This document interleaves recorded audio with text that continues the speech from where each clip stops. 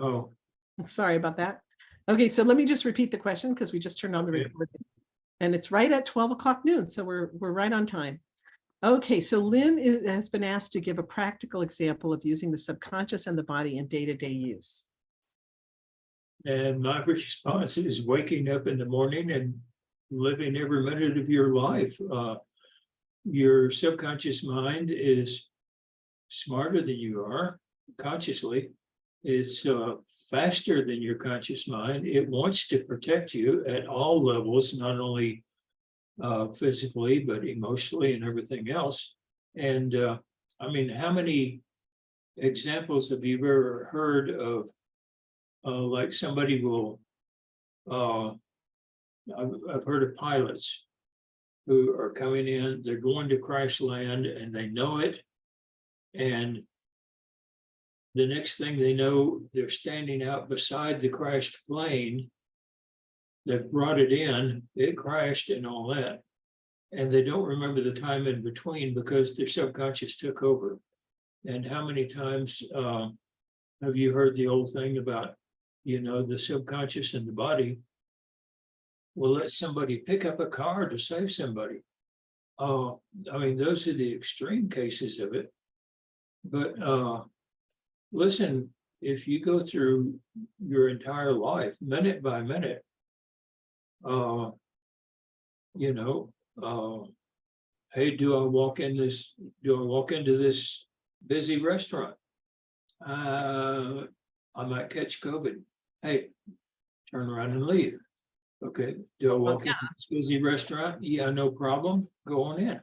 Let your subconscious do it. Yeah, your subconscious, the thing about it that I notice mostly is I get it clutching in my solar plexus when I'm like, don't do that, don't go that direction. It's like your body reacts. Think about where you feel it when you're angry, or where do you feel it when you're scared, or where do you feel it when you're kind of like, I don't think I should do this. That's a great example of how the body and the subconscious interact. So how about Hugh Ferrier's question? I'll be attending IRVA for the first time. When should I be there? Tips, and when could I see your online presentation if I'm on my way back?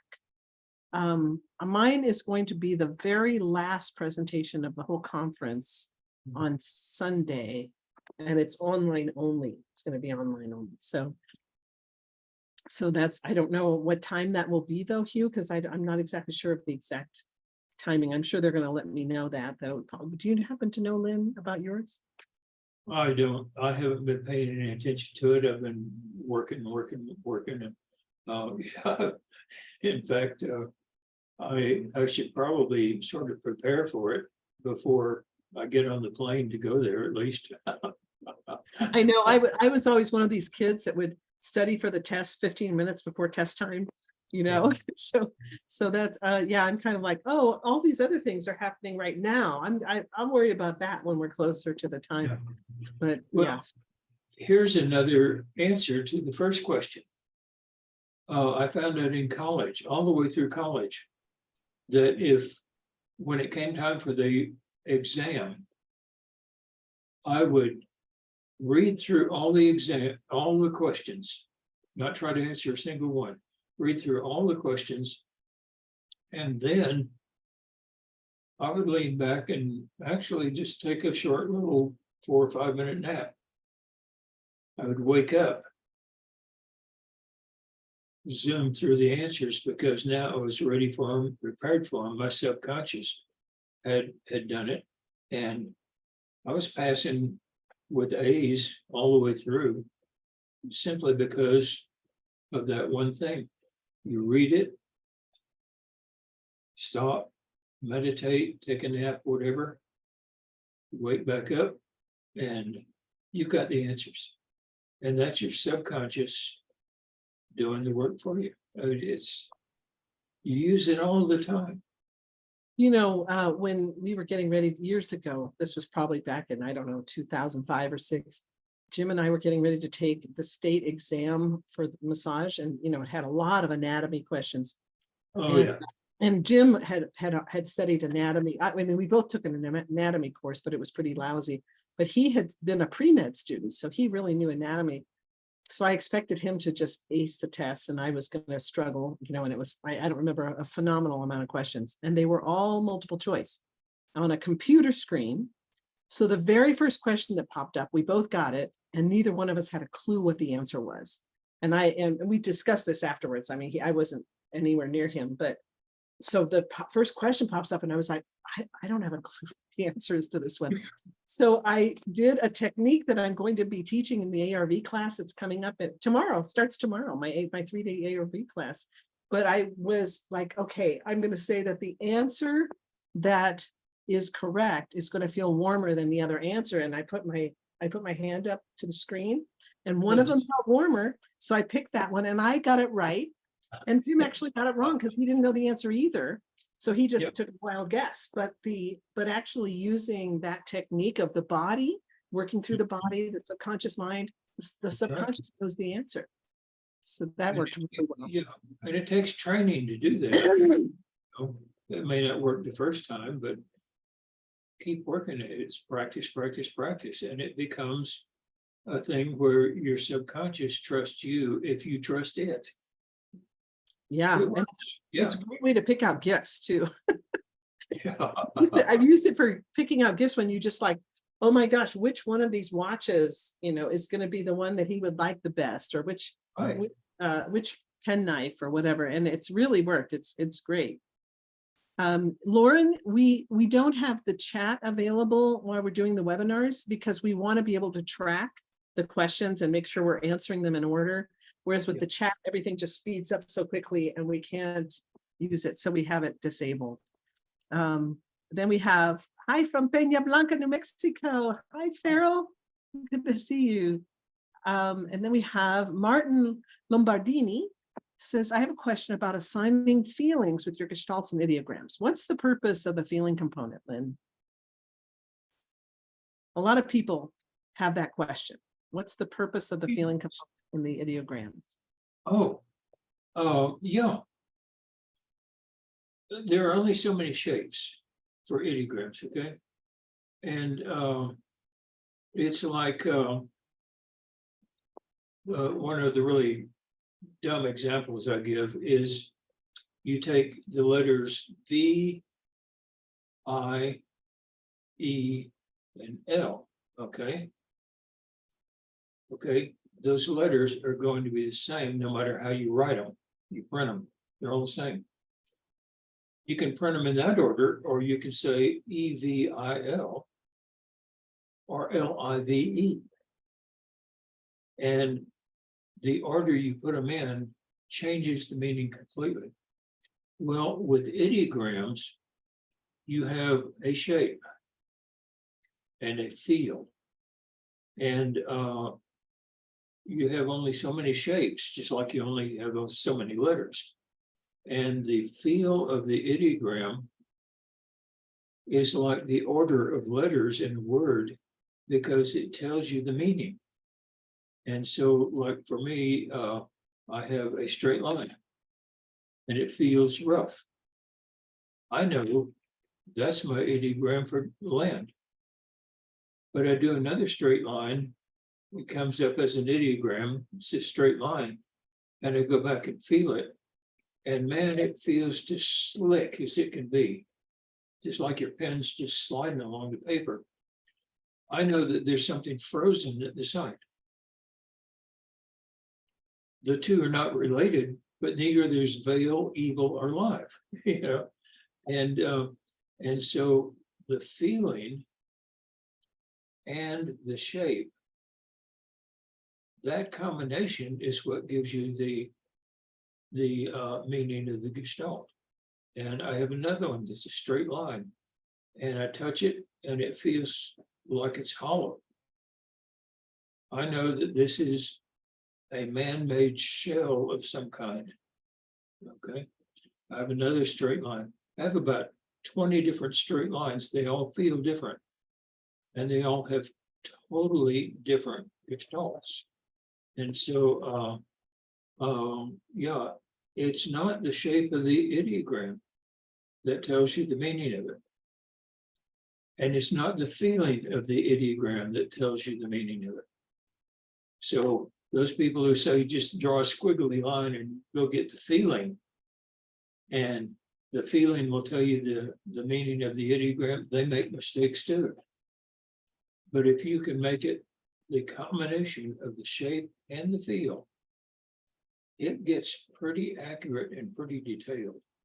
And that's why the feeling along with the shape is very important. Yeah. Yeah, and sometimes I have students who really get hung up on the feeling component. I think I really got hung up on it in the very beginning, because I remember thinking these military guys, they don't like anything that's woo woo. But then I would go to touch the line and be like, this is pretty woo woo, trying to get a feeling from this line. And so eventually, if I thought, well, I'm not getting anything when I touch the line, I started saying to myself, well, how does the line feel under my finger or my pen? How does it, really, like, how does this piece of paper and this pen or this finger, what does it really feel like? And that's when the nuances of the feelings started becoming more alive to me, when I stopped trying to think that it had to be psychic. And instead, when I just said, okay, I'm just going to touch it and just actually see, well, what is the texture under my finger? And I was really surprised at how, when you run if you have a long ideogram or a compound ideogram and you're running your finger along it, I use my finger rather than a pen, but I was surprised because, oh, here it's slick, here it's sticky, here it's rough. And it actually, I really noticed it, even though I was trying consciously to see if I could feel the texture of the paper. Yeah. And I had the same problem. I think it was Bill Ray or something. I said, I don't understand feel. He said, well, put your pen on the paper. How does the paper feel? It feels rough. Then write down rough. And next time, I did an ideogram. Oh, how does the paper feel? Oh, it feels, smooth. Oh, write down smooth. Then he said, isn't that the same piece of paper? Well, yeah. And what's happening is not that you're getting the feel of the paper, but when you feel the paper, it trains your subconscious, it trains your conscious mind to get the feeling that your subconscious is trying to tell you. And so feeling the paper to start with, that develops your ability to get the subconscious feeling. Yeah, and for people who really get hung up on it and are just like, I can't do it, it doesn't work, then I tell them, okay, this time when you do your ideogram, try to see if you can sense how it feels as you're making it, and have the feeling, the motion be like one thing. And that is how I got over my problem with water, because I've noticed that, Lyn, you may have noticed this too, that you're working with thousands of students and you find that students seem to fall into two categories. There's students who like just really glom onto people and are great at viewing people, but they maybe suck at some other thing like man-mades or water. And then there are viewers who are really good at something, but they just can't view a human to save their lives. It's like social anxiety takes over. And so I was that way with water. I'm really good with people, but I was terrible with water. And I found that if I just let myself feel the ideogram as I make it, I found that's when the water would always come through. It would just have this liquid feeling to it. And that's when I would know that. And so that's when I overcame the water thing. But I usually only do that for water. All my other gestalts, I completely just I get the ideogram and then I touch it and I run my finger along it and I can tell where one ideogram starts and another one, where one stops and another one starts, because you can feel the difference along the line. Oh yeah, water is one of those that gives people a lot of problems, because motion, especially wavy motion, will often come up with a wave, just like water. And yet the feeling will tell you whether it's water or motion. And yeah, the problem that people have is that they try to consciously say, what's the feeling? You know, and once you can get past that tendency to try to make your conscious mind be in charge of it, you get the feeling, you know, and pretty soon, you know, you feel the paper and you train your body, you train your mind to get that feeling. Pretty soon, like you say, you start getting the feeling without going back and feeling it. And it's just a matter of training. That's all it is. Practice, practice, practice. Practice, practice, practice. Lynn, I remember you used to always say, watch out, I'm going to use the P word. Now, along the lines of this question, Martin asked, should we pre-assign feelings to our 7 standard ideograms randomly before doing a session? And then Lauren said, did you designate those different feelings to mean what they mean, or did you discover it? So both of those questions fall into the same category of what we're talking about. And if I'll let you go first. I always tell people that the ideogram drills don't teach you gestalts. They teach your muscle memory. The ideogram drills only teach your body. And it's just like wax on, wipe off, okay? You wax on, wipe off, wax on, wipe off. Nobody's trying to hit you. And yet somebody gives a roundhouse swing and all of a sudden you wax on, right? And it's the ideogram drills do not teach you ideograms. They train your body to respond. That's all they do. And then once you get the shape, you assign shapes to your ideograms. The feeling will come from your subconscious mind. Yeah, you can't really assign feelings to it. Your subconscious is going to do that for you. You're muted, Larry. Right. Then as you practice a lot and the years go by, you'll find that these feeling components just give you so much information. I mean, I'm not talking about viewing the target in phase 1, but I just mean they can, sometimes it just starts coming like a photon of the gestalt of the target. Just to give you an example, I had a guy who came to see me and he had a question and I wouldn't let him tell me what the question was. And I wrote his name down and did a quick ideogram. And immediately I looked at it and I was like, oh, this question has to do with him getting on a man-made in the middle of water. And, and so I said, does this have to do with you getting on like a man-made, like a ship or something in the water? And we were in Amarillo, Texas, which doesn't have any water anywhere nearby. It's like in the middle of the United States. And he said, yeah, that's why I'm coming, because about a year ago, I applied for a job with Carnival Cruise Lines and they just got in touch with me today. They want me to get on a boat and go to London. And, and it was exactly about that. In another instance, a lady who had a question, I wouldn't let her tell me what the question was, but I wrote her name and did a quick ideogram and instantly perceived that there was like the main biological human in this question, who was the main breadwinner, because I have an ideogram that kind of signifies like material goods and money.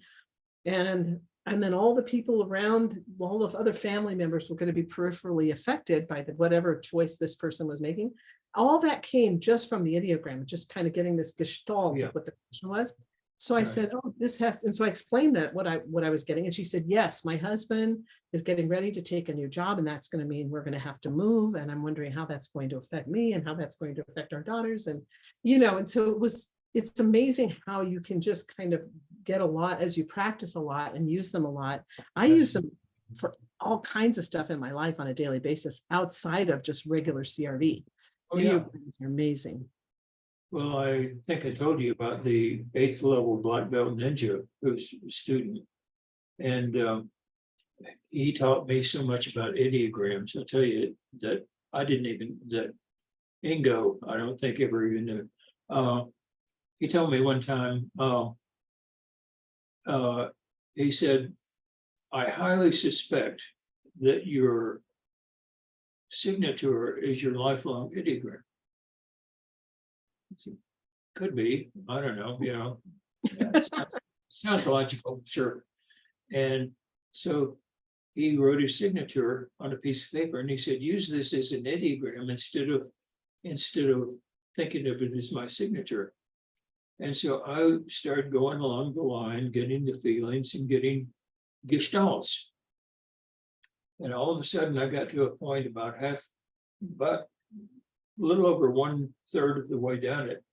And I went, ow, grabbed my side.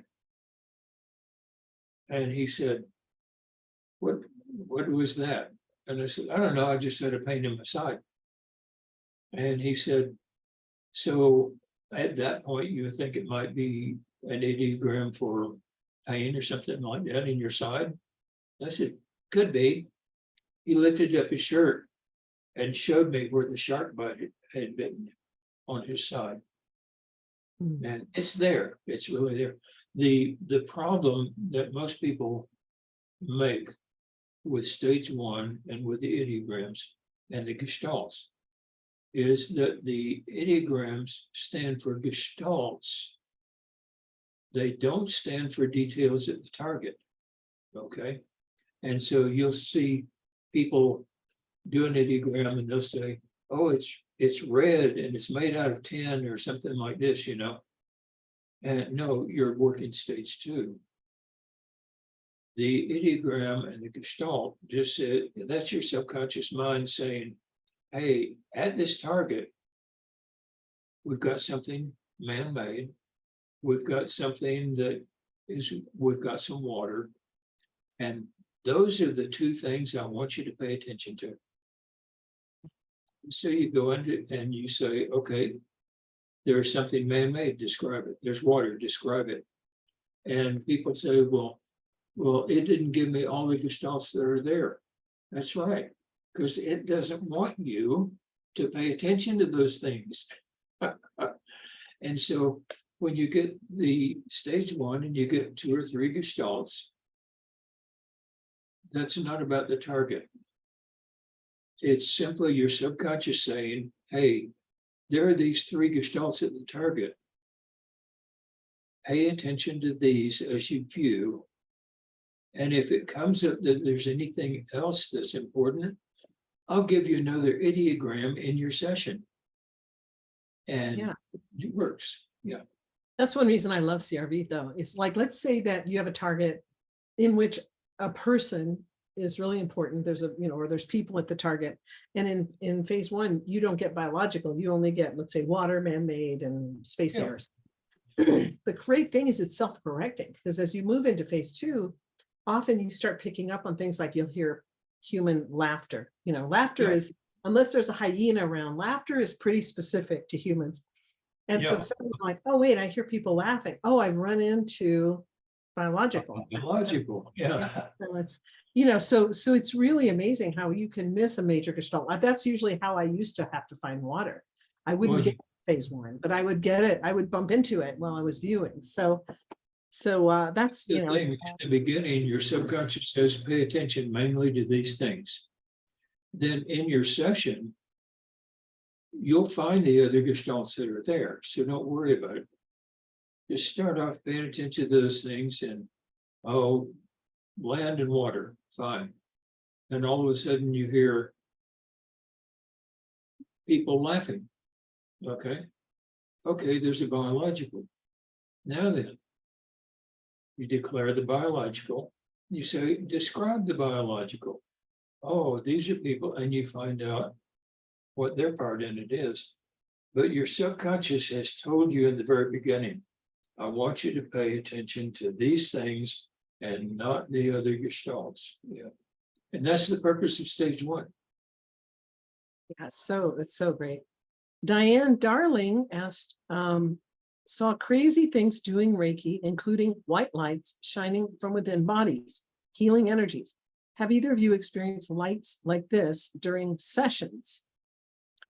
Not during sessions. I've experienced that before because my husband's a Reiki master and I used to do Reiki with him. And of course we live we live out in strange New Mexico where we frequently see lights and unexplained lights, not just up in the sky, but in the trees and things. So, but not during remote viewing sessions. I haven't. What about you, Lynn? I haven't seen it with people. However, one of the things that's very common is that anything radioactive, you will see light and stuff emanating from it. Also, there was one series of things that we did where you would pick up a color. And now this takes some explaining, okay? If you have enemy troops out there, you know the kind of radios that they're using. And you know the bandwidth of that radio goes from certain frequency to another frequency, okay? If you lay the rainbow over that, all right, and you tell a remote viewer, find the color. Oh, it's yellow green.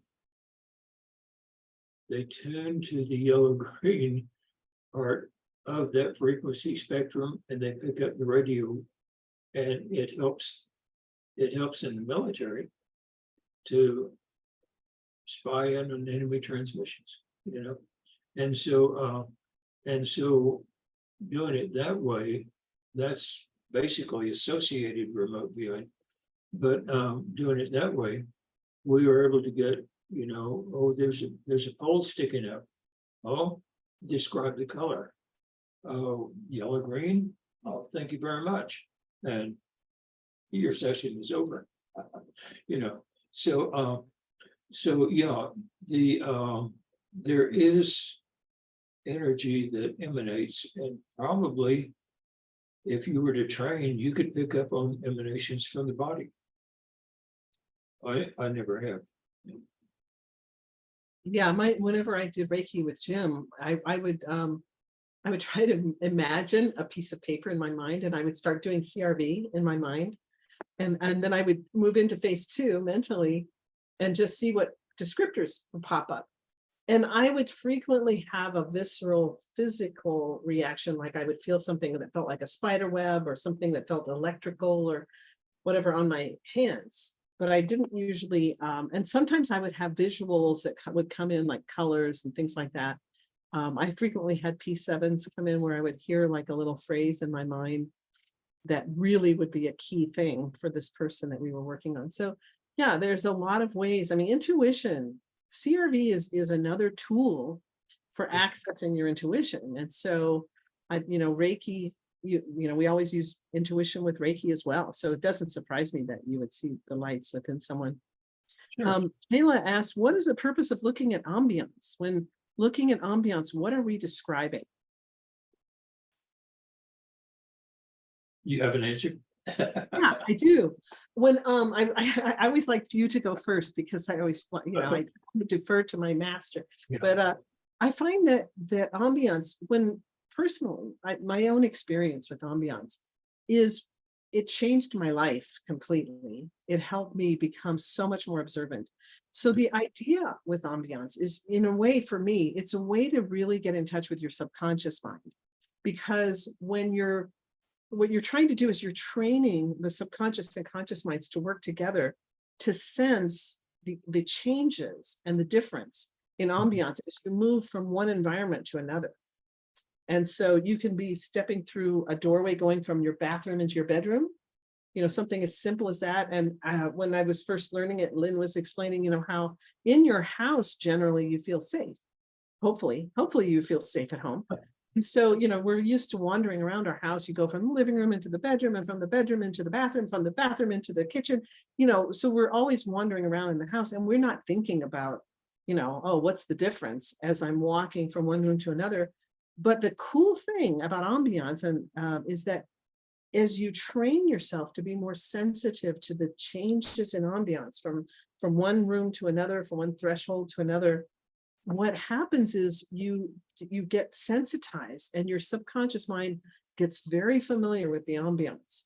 And imagine if one day you come home from work, you pull in your driveway, you walk into the house, and suddenly before you even know what's happening, you're running back to your car. And it's because your subconscious noticed that something was off with the ambiance. And maybe there was somebody hiding, in the house, ready to attack you when you walked in.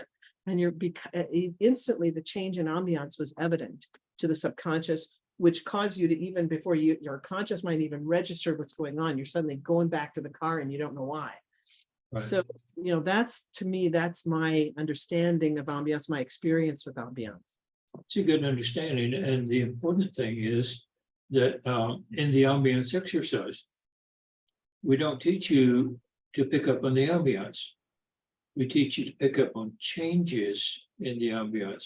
The fact is that there is that reptilian part of our mind, and we as humans do not perceive reality. We only perceive changes in reality. If you want to get a absolute personal experience of that, get 3 pots of water, 3 bowls of water, 1 hot, 1 cold, and 1 room temperature. Put your right hand in the cold water, the left hand in the warm water, okay? Let it get accustomed to them so that you don't really feel it that much anymore. Now then, take both hands out and immediately put them into the room temperature water. Your left hand will feel it as cold. Your right hand will feel it as hot. Same water. We perceive changes. We don't, and so anyway, the thing is, in remote viewing, that's a tool. If I can teach you to perceive changes in ambiance, then all I have to do during the session, because ambiance is the entire envelopment of everything at the site. All I have to do during session, and you sort of run out of things to say, you're not noticing things anymore, fine. I say, take a break and bring you back to the room you're in. Then I throw you back into session, and all of a sudden that change in ambiance, you're going to start picking up all kinds of stuff. It's the change in ambiance. That's why the ambience exercise doesn't teach you ambiance. It teaches you to be sensitive to changes in the ambiance. And that's why we suggest that if you want to really change your life with the ambiance exercise, just to help you remember when you're just getting started, you can put sticky notes on door jambs that say, what's the difference? And that's the question, not what's the ambiance, what's the difference as you cross that threshold. So that's a really good point. And so, I hope that answered the question. It's sort of a long answer to a short question, but I hope it worked. But ambiance is so important. I'm glad we spent some time on it. A lot of people have questions about it. Bernhard asked, telepathic overlay in remote viewing a target by a group of viewers. Is there existing a method to avoid it? Bernhard's in Germany. Hi, Bernhard. One thing is you have a group of viewers. Task each viewer with a different part of the session or different part of the target. And therefore, they're viewing different things. And telepathic overlay is very real. It can even be used sort of as a weapon. We have found that we can take a remote viewer, and if I know what their target is, I can start viewing the target and start messing up my session. It will also mess up theirs. And this was not lost on us when it came to the point that if an enemy was remote viewing a target of ours and we knew it, fine, we could screw up their session, do all kinds of stuff. telepathic overlay is real. And one way to prevent it in a group, just give everybody a different part of the target. Very good. Okay, thank you. Now we're going to go on to Trisha's question. What should I do when I don't recognize any gestalts in my ideogram? I've had that happen, and I want to abort the mission and try again, and then I receive something similar in my next ideogram. Should I go with it no matter what it looks like based on the feeling and shape? Maybe my subconscious is trying to give me a new ideogram? That's a great question. There's two parts to that. One, I don't recognize any gestalts in my ideogram, but you got an ideogram. Okay.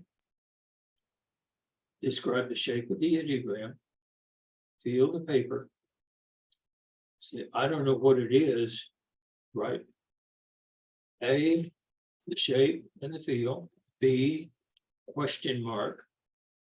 Go into stage 2 and say, describe that which I don't know what it is, and start describing. Okay, the gestalts will come. The other thing is, what if you take the coordinates and you don't get an ideogram? It's not that you don't get a gestalt, you don't get the ideogram even. And on that, that is where you take the coordinates again, you basically abort, take the coordinates again, start over again, and so on. And keep doing that until you do get an ideogram, okay? There are times when your subconscious mind says, I ain't playing today. And at that point, you learn why it's called controlled remote viewing, because your conscious mind then says, yes, you are, and we're going to control it. And finally, you'll take those coordinates and your subconscious will say, oh, okay, here, and fine, you've got a session started. And we have a thing called the 10-pager club. And you take the coordinates for over and over and over for 10 pages before you get that gestalt, before you get the ideogram. That's your membership card into the 10-pager club. And let me tell you, we had some very important targets. And I am a full-fledged member of the 20-pager club, 20 pages taking coordinates before I got my first ideogram. Once I got the first ideogram, the session was started, and we got the answer. Yeah. That's great. I love those historical answers that help people understand things. Delphina says, maybe difficulty came from a past fear of water. I got beach sand instead of water during your free class before I enrolled. I was afraid of water as a little kid. Yeah, I have a lot of viewers who have different phobias, like a fear of heights, fear of water, just different types of phobias. And it's true that a viewer will definitely avoid something at the target that they don't want to look at. Excuse me. So that's a definite thing. That definitely happens. Another thing to keep in mind too is that your subconscious mind often shares some of your attitudes. And let's say we had two viewers. One viewer was a devout Catholic. The other viewer was raped by a priest as a child. So you give them the same target of a Catholic mass, and they will describe that target very differently, and maybe very accurately, but very differently based on their experience, their life experience, even though they don't know what the target is, completely blind to the target. So I've always found that pretty fascinating as well. How you relate ideogram to making decision? I think that's supposed to be ideogram. Yeah. I believe it is, yeah. So ideograms can be very helpful in making decisions. I'm going to be teaching that in this upcoming class of associative remote viewing starting tomorrow. There's a lot of ways to get quick decisions when you're trying to, like I gave the example earlier, when you're trying to decide what gift to buy, and you say, okay, the watch that Dustin's going to like the best of these 6 watches in front of me, will feel warmer than all the other watches, you know, and I run my hand across it and you want to do it quickly because the subconscious mind already, it's there. The more you belabor it and go, well, let's see, I don't know, what am I feeling? That's when you're letting your conscious mind take over, you know, so Yeah. you just. That's dowsing. As far as an ideogram, Oh, right. Yeah. I'm sorry. Yeah, I switched over Yeah. to dowsing. Sorry about that. the answer is that in stage one, you never really want to ask an either or question. Okay, it's been shown over and over that either or questions are really bad to start a session with. So basically, what you do is you have okay. I want watch number one or watch number two. Okay. Which one will the person I'm giving it to be happiest with or be happy with? Okay. And you do an ideogram for like the emotion. And you get the emotion of bad. Okay. Didn't have a good feel to it.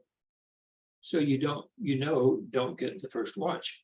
So then you do the second one and you get the feeling of bad. Okay. Now then, your conscious decision of do I pick A or B, your subconscious says, hey, he doesn't want to watch. Go get something else, you know, and your subconscious will tell you. And so what you do is you narrow it down to one of the choices, do a session, then go to the other choice. You can do this with lottery numbers, 0 through 9. You can do it with all kinds of different choices. But it's very difficult in any psychic work to do either or questions. So you pick one, find it, pick another, find the answer, and you separate the choices, and that's how you get the either or. That's really great. Very good. There's a lot of really great questions. Now,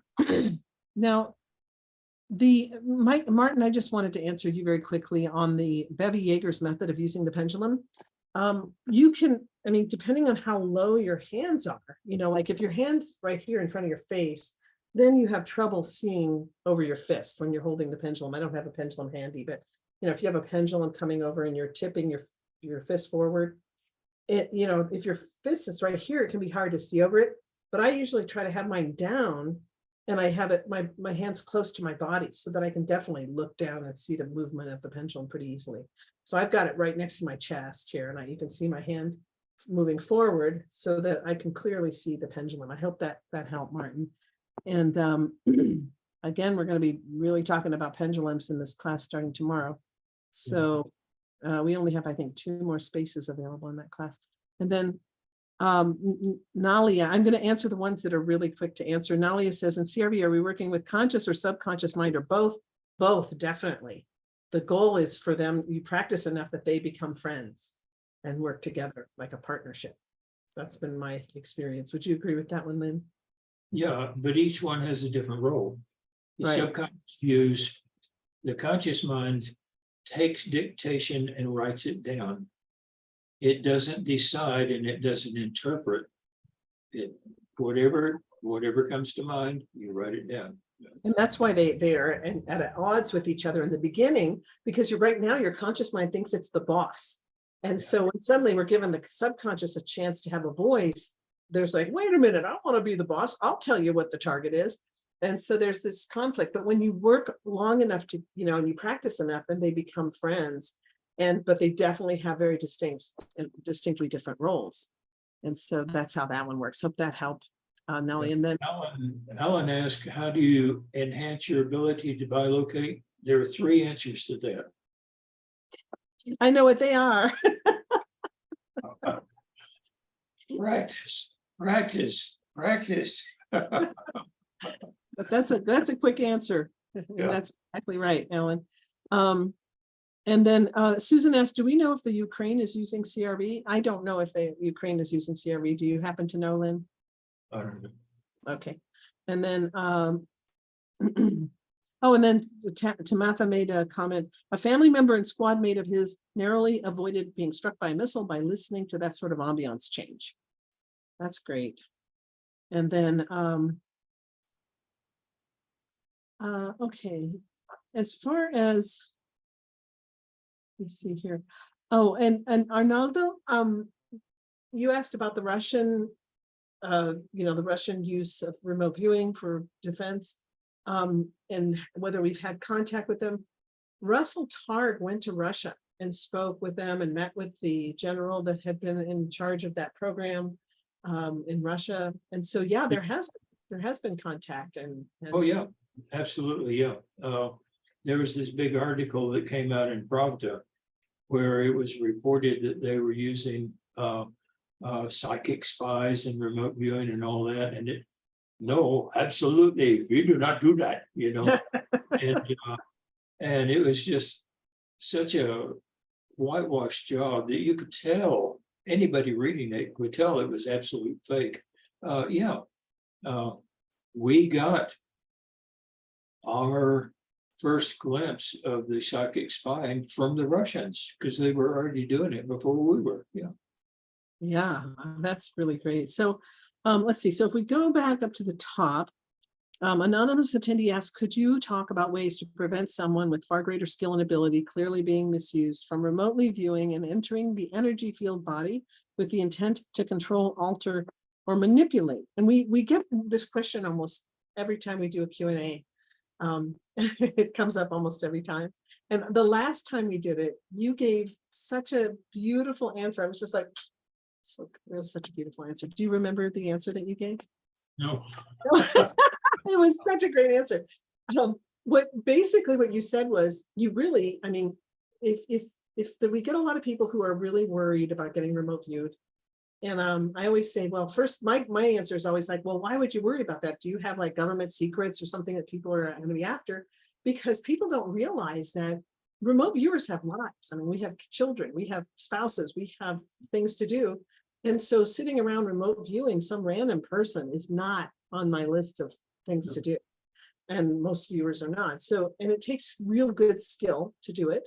So my question is, first of all, why would someone do that to someone else unless the person who is being viewed has, like Lyn, who has lots of classified stuff in his head?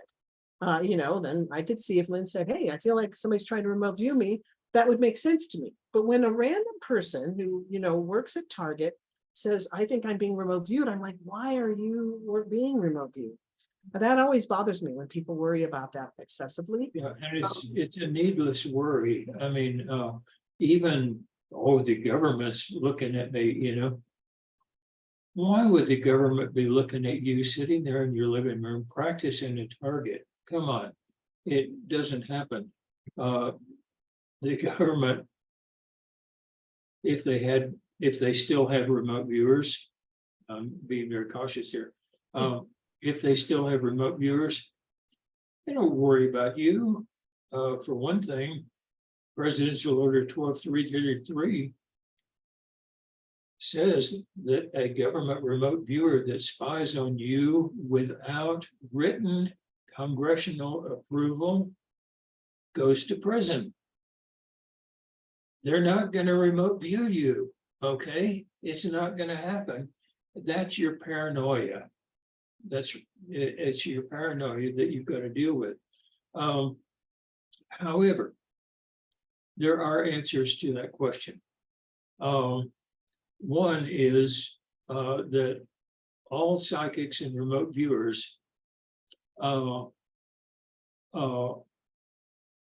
get what's called sensory attraction, okay?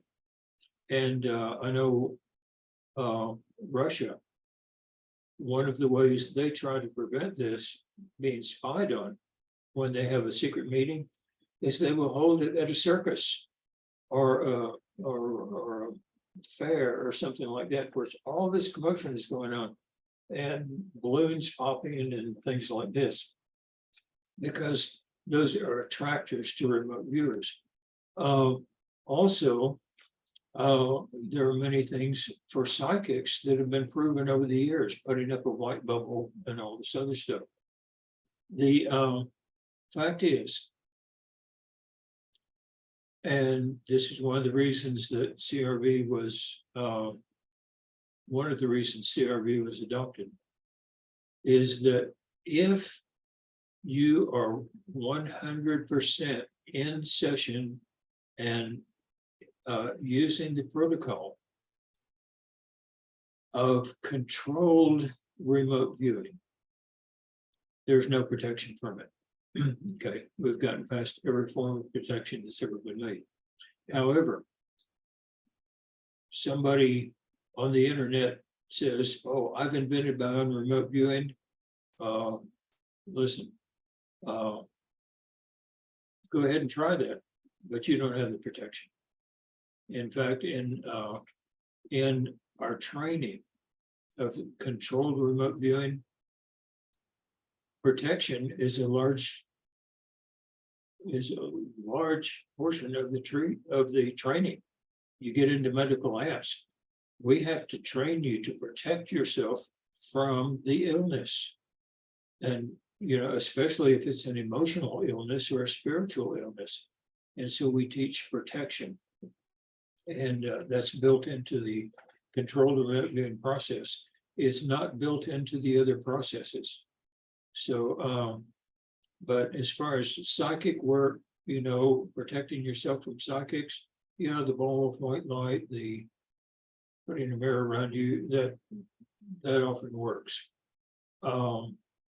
And the home style forms of remote viewing works for them too. Okay, so basically just go out to psychic sites and say, how do you protect yourself? And the answers are pretty well there. Okay.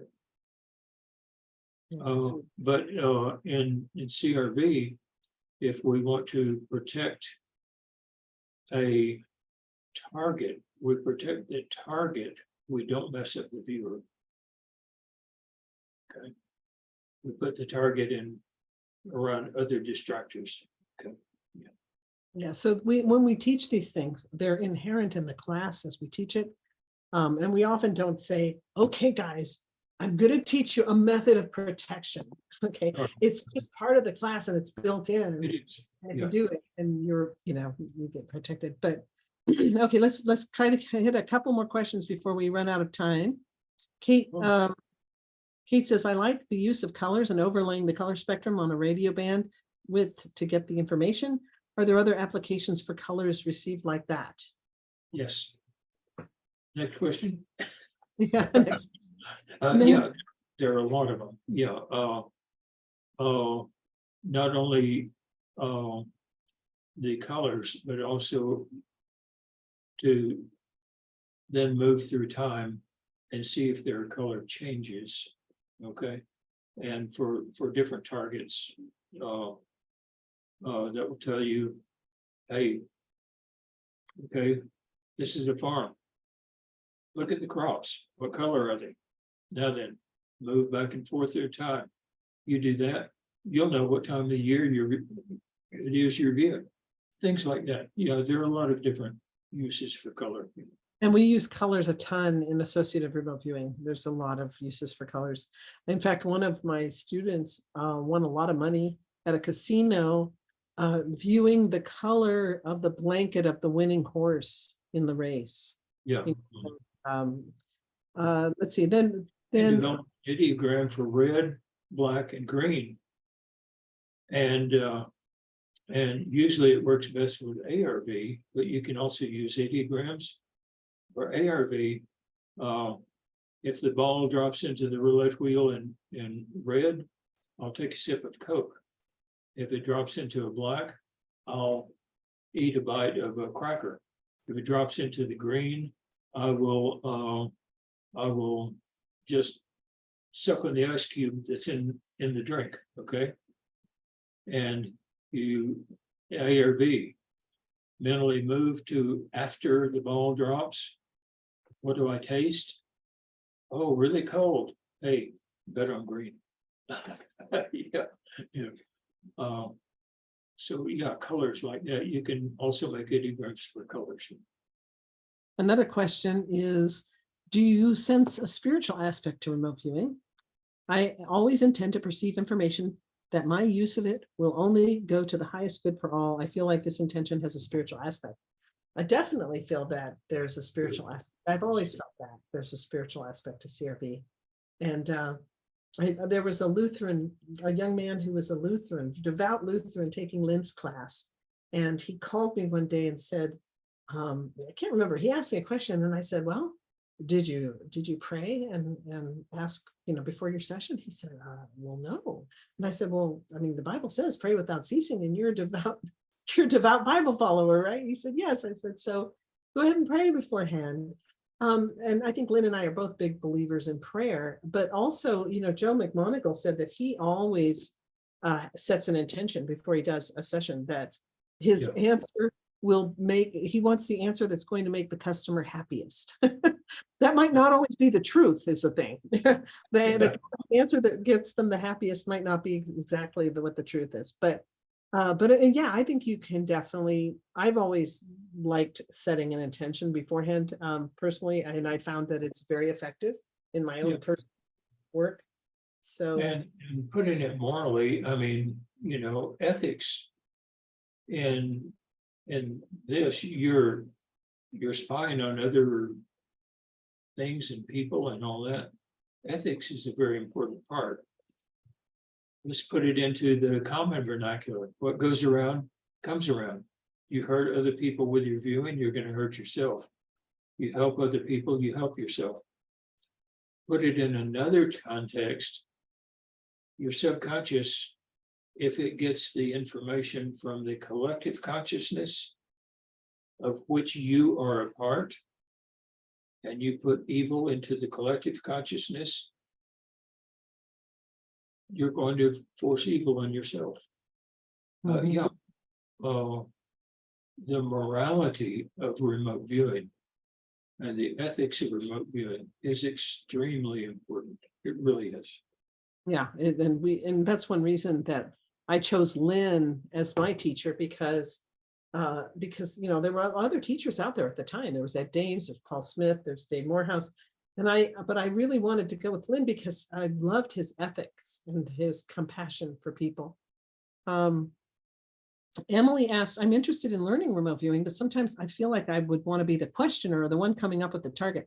Emily, this is one of the most important classes, I think, that I teach, and it's not like an official class that's up on the calendar, but Lyn and I really feel that learning to ask the right question and the ability to choose good targets and know what makes a good target, what makes a bad target, and all these things are really key to the future of remote viewing. And so we're putting a lot more emphasis now on all the aspects of project management. It's something we just recently held a little panel with Gail Husick and Lyn and I answering questions about project management. So it sounds like you would probably make a really good project manager if that's the kind of thing that you enjoy doing. And I don't think it's a control issue, but I think it's worth it to learn because it is the future of CRV, really.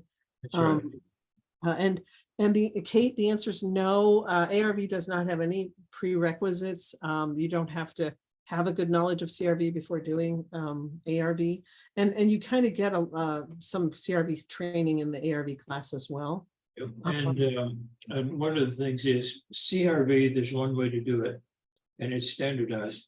ARV, there are dozens and dozens and dozens of ways to do it effectively, and you generally get with somebody on the internet, they're running ARV projects, they will teach you what works for them. It may not be what works for you. This is why my ARV course doesn't have you work a standard way. It's a whole series of different ways to do it. You try one way, try it for a month, take data, see how it works, dump it. Now then you go to the next video, okay? And so I think there are 16, 17 videos listen, it should take you 6 to 8 months to get through all of those videos. Because you take one, try it, take the next, at the end, you look back and you see, oh, this is what works for me. Now then, that's what you practice. Yeah.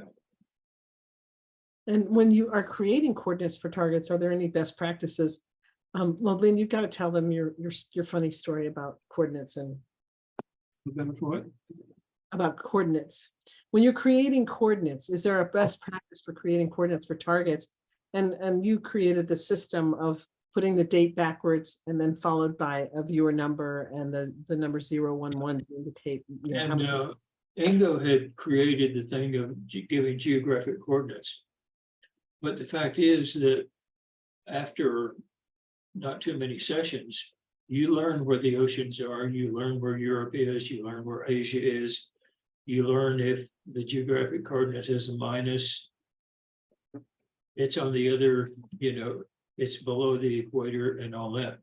And so when it came over to the military, they wanted to know where a missing soldier was. Okay, give me his geographic coordinates and I'll tell you where he is. Well, we don't know his geographic coordinates. And so they had to find other ways. And so they tried using random numbers. It worked. They tried using just letters and numbers, and it worked. They tried using project numbers, and it worked. And even Ed May came in one day and he said, all you have to say is target. We already knew that. For the coordinates, your target is a target. Describe the target. You write down target, do your ideogram. It works. The coordinates are not the target itself. The coordinates are just a way to get your pen moving and to make a record of the session. That's all the coordinates are. They don't matter. All right. Well, we have run out of time, folks. Just want to thank you all for being here so much. It was really fun. Lynn, thank you again for your time and for answering. Thank you. It was really fun. Guys, we appreciate you all very much. Lynn's website, crviewer.com. Lori's website. Take a look at remoteviewranch.com too. Oh yeah, remoteviewranch.com. And then my website is intuitivespecialists.com. And for those of you who might want to try this and don't want to spend money yet till you figure out if you like it, there's a free class on there that you can take. And I was trained by Lynn. So if you take that class, you can take Lynn's class, you can take my class, afterwards if you want, but there's no pressure to buy anything. It's a free class. It's just so that you get to try it and see if. Both of us have free stuff on our site. And listen, you tell the quality of a teacher by what the students can do. And I see what even the people who just take that that introductory free thing. Lori teaches some good classes, some really good classes. And had such a good teacher. I had such a good teacher. That's good. Like I say, you judge a teacher by what the student can do, and you're doing great. Thank you. Thank you so much. So guys, we love you all very much. This is your last chance to get into my 3-day live associative remote viewing class, which starts tomorrow. Like I said, I think we have 2 spaces left if you want to get in. You can just go to the website intuitivespecialist.com with an S at the end of specialist, and you'll see it right there on the top of the calendar. So anyway, guys, we love you, and check out Lynn's remoteviewingranch.com. That's really cool. He's getting ready to start this. He's been working on this ranch. It's really awesome. We're all very excited about it. So thank you guys so much. And we'll see you next time. What's our next meeting? Our next one? I forgot to bring my phone in. Tuesday next month. Yeah, it's August. I'll tell you just real quick, just so people will know. August, it's August 1st, I believe. August 1st is our next one. Lyn and Lori webinar at August 1st at noon. So we'll see you guys August 1st. Come back. You can bring more questions. We'll see you then. Bye-bye. Bye-bye.